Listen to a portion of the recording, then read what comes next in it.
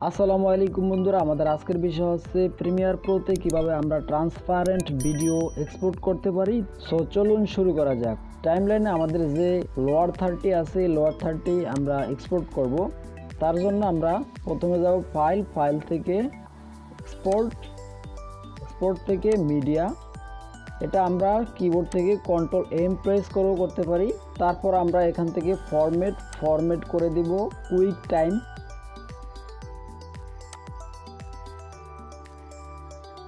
Preset এখান থেকে আমরা করে দিব GoPro CineForm RGB 12 bit with alpha at maximum bit depth, এবং এখান থেকে আমরা আউটপুট নেম দিয়ে দিব লোয়ার থার্ড।